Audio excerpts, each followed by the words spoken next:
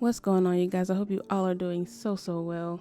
Today, I'm going to be attempting to start a new series on my channel, and hopefully it gets good feedback in order for me to keep working on it. Just know that this is a growing process for me too, so if you have any advice or any suggestions or any artists you'd like me to cover, just let me know. So as you can see from the title, I'm using air quotes, attempting to deconstruct an artist. And what I mean by that is not necessarily their vocals, but more of the production aspect of their music. So like for instance, with Bryson Tiller, we often hear him over trap soul stuff. You know, he's enhanced that title as being a trap soul artist. We're using samples with trap drums. And this could be said the same for many different artists. And so that's what I plan to do. I plan to break down what makes that artist again, this is solely on the production side. What makes the production of those artists stand out and sound so good, and how does it blend well with them as an entire, package, if that makes sense. So, as you can see in the title, today I'm going to be doing LMA, today I'm going to be covering LMA's production style. I'm going to be covering her production style. I think she's a very, very, very dope artist. So yeah, and I'm glad she's blowing up because she deserves it. So again, I'm going to be breaking down the different aspects of her production style and what makes it so unique to her. I'm not going to be solely focusing on Boot Up, like the production in that, but some of her earlier work, like stuff from the Time EP and even the Change EP. So if you haven't heard those EPs, you definitely should because they're very, very dope. So yeah, I'm going to be breaking it down by sections and then give you some insight on why I'm doing what I'm doing and how it can translate or relate to how her production style is. So hope you enjoy. Okay, so we're going to go ahead and start with the chord progression. Now I decided to keep everything in C major, just to keep everything easy, especially when we come to do the leads or any extra stuff within the melody. I'm going to be using all of the white keys, C major, and then I'm going to be going over to G major. And the only difference is the F sharp. Okay. So I'm working on a 25 key MIDI controller too, so I can't play everything out with both hands. So I just went ahead and typed it in, and I'm going to go ahead and play it for you.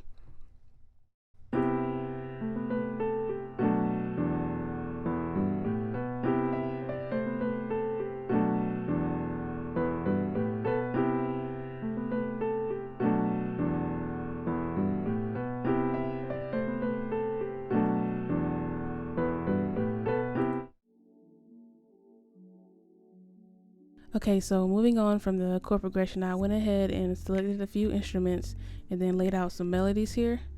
Now your sound selection, and this goes with anything, not just based on this instrumental or this video I'm working on. Sound selection is very, very, very key in your production. I wouldn't consider it a make or break, but some people will. So say you have a really, really dope melody, but if your drums aren't there, or vice versa, if your drums are really good but your melody just lacks something, I mean, it could turn people off. So just beware to use, you don't have to overdo it on your sound selection, but just make sure everything meshes very, very well. And so in terms of this, I noticed that in her production, her producers tend to use, it varies. Like it can range from like synth basses that are common in funk music. Not about to say folk music, but common in funk music and the disco vibe, or it can go to lead sounds, soft bell like intricate melodies here and there, pads, Rhodes, and some pianos. And I know it's very prominent in Boot Up how you can hear the influence from, the 80s and the 90s R&B era, or even the 70s even. So with this one, I try to keep things fairly simple. I have a piano to start out, which is the original piano from the chord progression. So I'm going to go ahead and play that for you.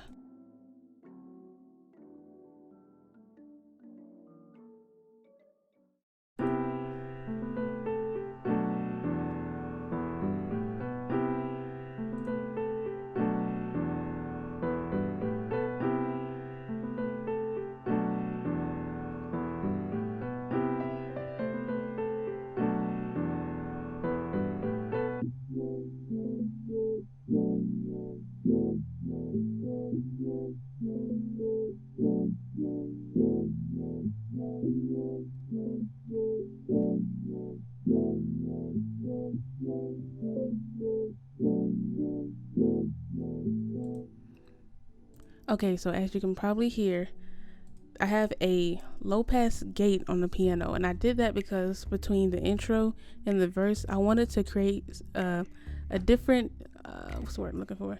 A different feeling, a different direction of the song. So I have those 8 bars automated, or not automated, without the filter, and then I cut the filter on, and I'm going to layer more instruments on top of that, and you'll hear in a second how it's going to mesh well with one another. So moving on from that, I have this Rhodes sound from Lounge Lizard. I'll show you the preset up on the screen, and here are the chords for it. It's just basically the same thing as the piano with slight differences here and there.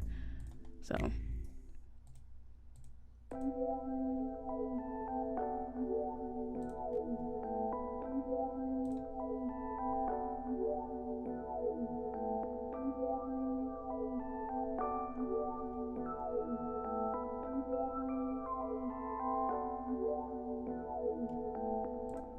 okay, and then moving on, I use addictive keys for this one, and you can barely hear the sound because I used it for more of a textural thing and not for it to be heard that well within the mix. As you can see here, it's very, very low, but I'll go ahead and solo play it by yourself for you.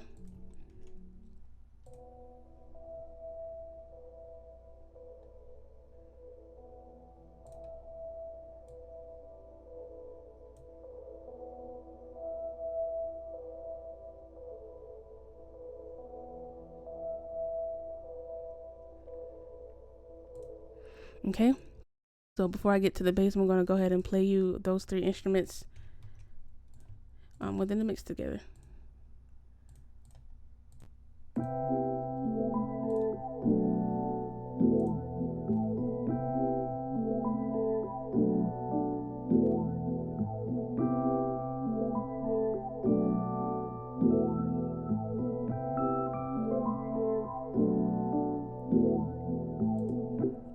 And I'm hoping you're getting a soft feeling as of right now, and I noticed that with a lot of her music as well. It's very soft, it's very pretty, again, for lack of better words for it. So moving on, I have the bass. Now with this, I use Omnisphere, but I combined 2 sounds, or I stacked them at least. The crackle bass and then the boxy moog bass, I think it is. Instead of using 2 separate VSTs to achieve this one sound, I just stacked them atop one another within Omnisphere. So I can't play it as is, like from the VST, because my computer will literally explode. So what I did was recorded this melody for it into an audio file, which is this. So I'll go ahead and play that with everything else.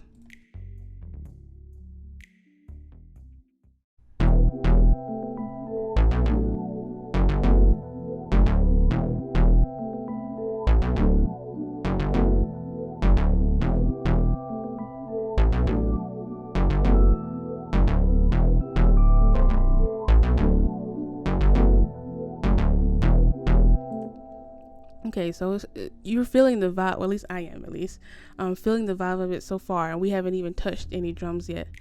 So last but not least, as of right now, we have a lead sound, and this lead is called Vibrasonic Lead, I think, from Omnisphere. It's under the synth mono section in Omnisphere. I noticed, again, like I mentioned earlier, how a lot of her music includes these really smooth, really under the radar leads. Like, you may not notice it right away, but once the chord progression picks up, it's very, very prominent. So I wanted to do that somewhat within this little mix here. So hopefully it's turned on and everything. Okay.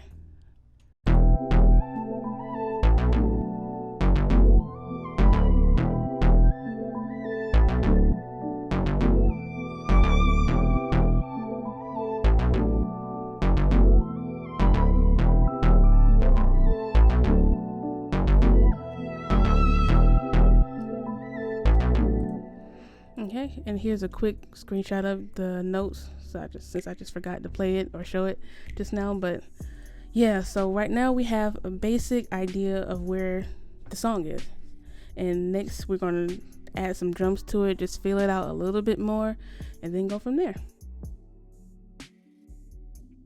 Okay, so to wrap this up, we're going to go ahead and go through the song structure and the drums. As you can see here, I pretty much structured everything out for this video. We have the intro, the pre-verse, the verse, and then a break, or which is commonly the hook, but again, I'm cutting this instrumental kind of short. So yeah, I'm going to bring the drums in through the pre-verse, but then you'll see I'm going to add the kicks once the verse starts. So gonna go ahead and get to it. The drum selection is pretty standard. If you listen to a lot of her music, the drums are, as I say, standard. Of course, you're gonna have your unusual like 808 pattern, 808 snare rolls is what I meant. Your intricate snare rolls here and there, your clap rolls and all that. But for the most part, a lot of the drums and percussion tend to flow with the melody.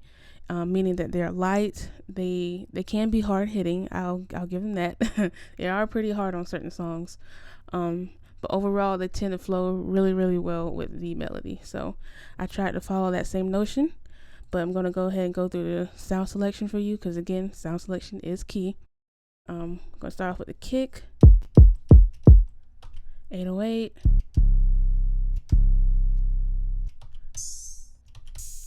open hats, shaker, about to call it a snare, rim shot, snap. Again, these are pretty common sounds. A regular clap I'm going to use for a clap roll, and then a rim shot perk, rim shot perk. And then I also added some transitional effects. So we have the FX phase,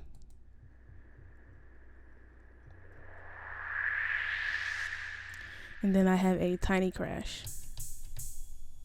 And just to point it out so I don't forget, if any of you have heard, I think it's a few songs off of her Ready EP, the way they conclude the song, or they tend to use the outro of the song as a transition into the next song, and to do that they often retune or detune the instrumental, so that way it usually slows down and she will have her spoken word piece.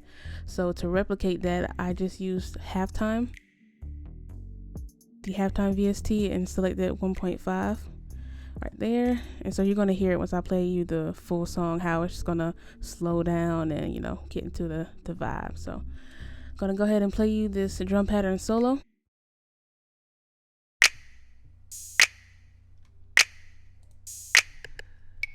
Again, it's really simple.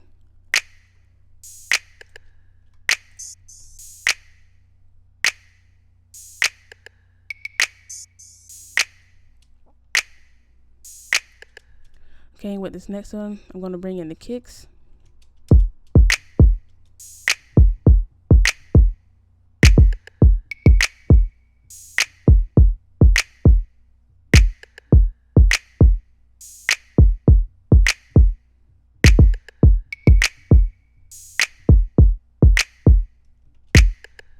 Okay, and lastly here, I bring in the shaker and then the 808s as well.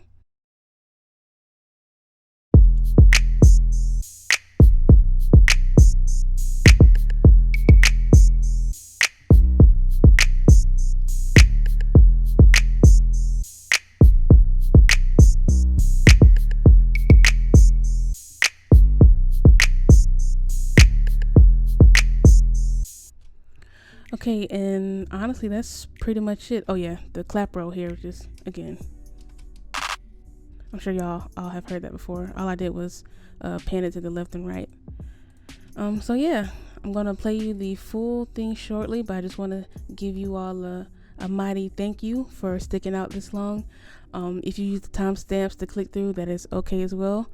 Again, if you have any suggestions, any questions, comments, opinions, please let me know. My contact is at itsashleetho on all my social media, so Instagram, Twitter, Snapchat, all that. Y'all know where to find me.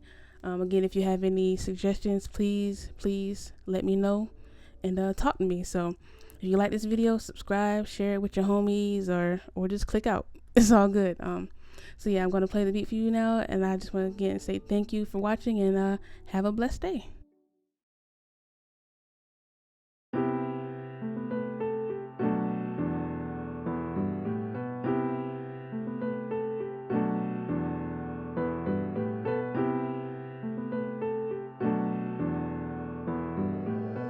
It's Ashley.